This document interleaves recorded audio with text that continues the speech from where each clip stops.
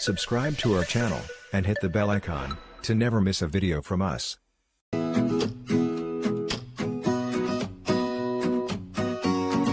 Hello everyone. Today we have with us Dr. Priyanka Mishra, working as an associate professor at Sri Balaji University, Pune, with PhD in HRM and MBA in HRM and marketing. She also has got a PGP in business analytics and completed her executive program in HR analytics. She has over 15 years of experience in academics and research in the areas of business analytics and human resource strategy, scorecard, competency framework, mapping, and emotional intelligence.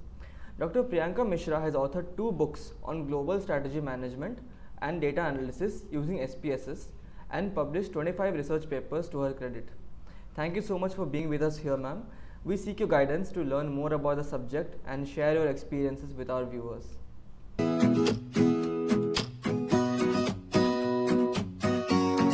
First of all, when we come to analysis, or when you talk about analytics in an organization, it is basically the role of any analyst in an organization, whether in HR or any other domain.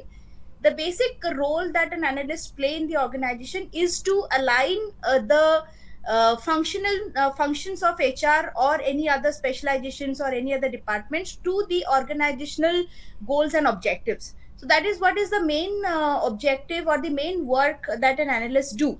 And they, after the alignment of the HR functions or any other functions to the organizational goals and objectives, then it helps the analyst to take proper decisions related to any functions of the organization.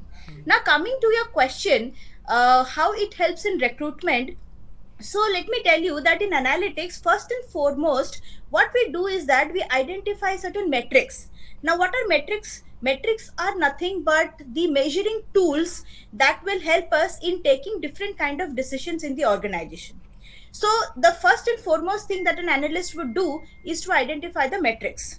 Now, when it comes to recruitment, the metrics that are essential are, like for example, you have yield ratio, recruitment cost, time to hire, percentage of diversity hires, replacement cost, etc. These are certain metrics that can be used for a recruiter and particularly a recruiting analyst to take further decisions in recruitment. Now, when it comes to what kind of decisions can be taken using these kind of matrices. Now, decision regarding, let's say, in a particular department, how many vacancies needs to be filled up.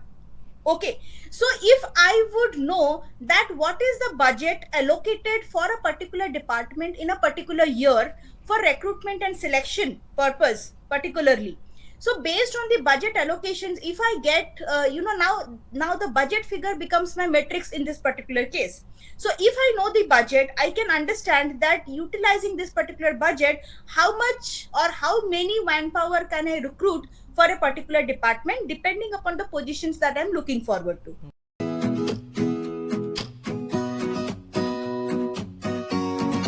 So when it comes to important skills, so I would say that even though you are new to this particular topic, or you have been already reading this particular topic in your courses, whatever may be the case, if you start at any point of time, just remember that you have to be very, very thorough with each and every concept that is related to analytics.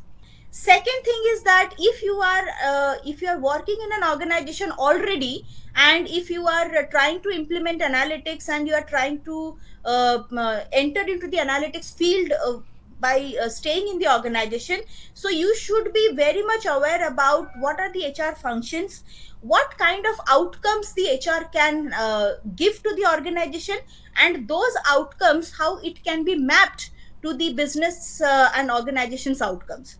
Third thing that I would like to say, that the person should be able to work on any one quantitative software, any one qualitative software, and any one visualization, data visualization software. And the last skill that you need to possess is knowledge on statistics. is knowledge on statistics. Why knowledge on statistics I'm telling? Because when I used to teach HR analytics in my class also. So when I teach HR analytics, my students are very good in programming, because they have passed engineering, they have come to do MBA, so they're very good in programming skills. But they do not know, looking at a problem statement, which particular test they need to apply to using that particular programming skills. Now this becomes a very close to my heart question, because we all deal with freshers. I deal with freshers every day. We go to take lectures, and I take sessions, and mostly I face freshers only. There are a few students who are experienced, so freshers are the people who are most exposed to. So the common mistakes that freshers do, who wish to pursue a career in HR analytics, I also tell my students that just don't select a subject, or just don't try to pursue a particular career only because it gives you a good job. So that shouldn't be the takeaway of any student or any fresher. Second thing that I would like to say is that the freshers these days, they pay very less attention to learning in deep. So this point I've already repeated in my previous answers also. The freshers these days are paying very, very less attention to learning the concepts in deep. Thing is that getting command on the subject, they have very, very poor domain knowledge. And last but not the least, I would like to say that all the freshers, they need to broaden their horizon of thinking. When it comes to, so that is another thing, because when it comes to analytics, you really have to have a very big horizon of thinking. So in analytics, you cannot be only looking forward to only one or two aspects of the problems. For a problem statement to get it addressed, you need to see it in a very, very wider point of view, which is lacking in the freshers these days, that I would like to say. So naturally, when we are all focusing upon working from home, when we are all focusing upon having less contact hours with people and all, so these are what the latest trends are happening in the industries these days. Okay. So keeping that in mind, so what makes us connected? So if you want a contactless thing, then what makes us connected? There has to be some there has to be something that makes us connected with each other in the organization. So if you see organizations, the multinational companies, the IT companies and all, if you look at their the functioning of the organization, how they used to do, so it's a very common thing that you will notice is that they have a system called as intranet in the organization. Not internet, it is an intranet, that it is a portal that connects all the employees within the organization together. A company should have a very, very good and established ERP system. That is number one. So ERP is something wherein you have all the data management is happening at one place. Everybody can access the data wherever it is required. Even ERP will help you in taking a number of decisions also, because at one place when you find all the data available, so anybody can use those data to take multiple kind of decisions. Second is that you should have a centralized data management system. Okay, wherein whichever person wants to access any data, he or she, if he or she is an employee of the organization, then he is getting a legible ID and a password. So using that particular ID and a password, the employee can log into the system. He or she can access any data that is relevant. Of course, the company should be able to identify between what is a confidential data and what is a non-confidential data.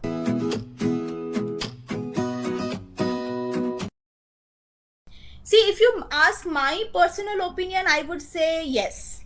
Why? Because only what is the challenge, what I have seen during this COVID time, what is the main challenge, that why some companies are able to implement a hybrid work culture and why some companies are not able to implement a hybrid work culture. So what I have observed and analyzed is that, it is all about the control mechanism that the organization is having to ensure that the employees are performing or not.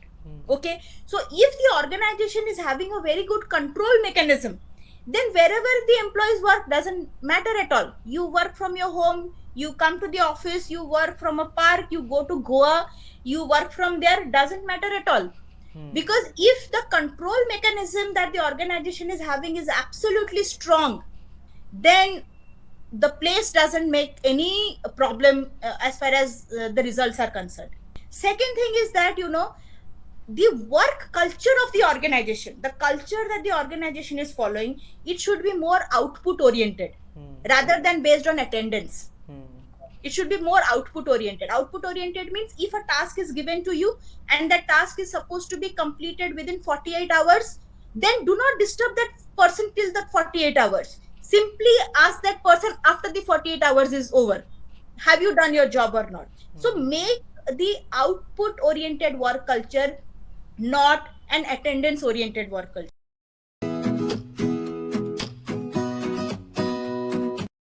Okay, now when it comes to a generalized analysis about your question, and I am expected to give you a generalized answer. So in that I would like to say, yes, definitely it brings empowerment to the people who work.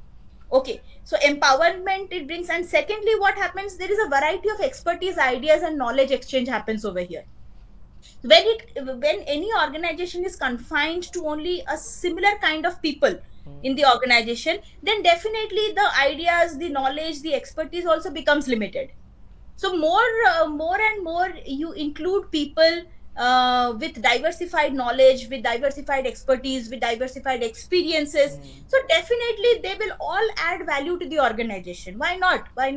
So if you give them include them, you make them feel comfortable in the organization, they will also give 200% of what they have within themselves. So that is a give and take relationship. And also it makes the work culture of the organization more cosmo rather than being dominant. Okay, so cosmopolitan work culture is a much more better place to work than a dominant work culture. Next thing is that, it also gives employment opportunities, right? Lot of people, if you have this kind of a diversity inclusion policy in your organization, so you would welcome people from different corners of the world, different ethnicity, different languages, different races, different educational background, different demography, you will welcome people. So it increases employment opportunity from people belonging to smaller towns where there is not lot of employment opportunities available. So that is okay. So these all things makes what the diversity, equity and inclusion becomes a spotlight for the organizations.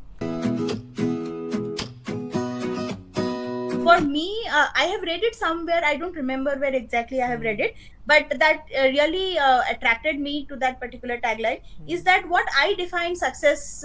See, I'm a career oriented woman, like many other women are there in our country. So for me, success is when opportunity meets preparation. So when you are wanting to be successful in your career, so you should be very much prepared when any opportunity is knocking your door. So when there is an opportunity, there has to be preparation, and then success will automatically follow. So this is what I want to say. That's a very beautiful line, ma'am. Thank you so much. Thank you so much for being with us today, and Thank you. all your knowledge, your experience.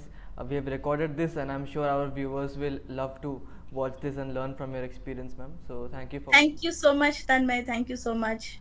Subscribe to our channel and hit the bell icon to never miss a video from us.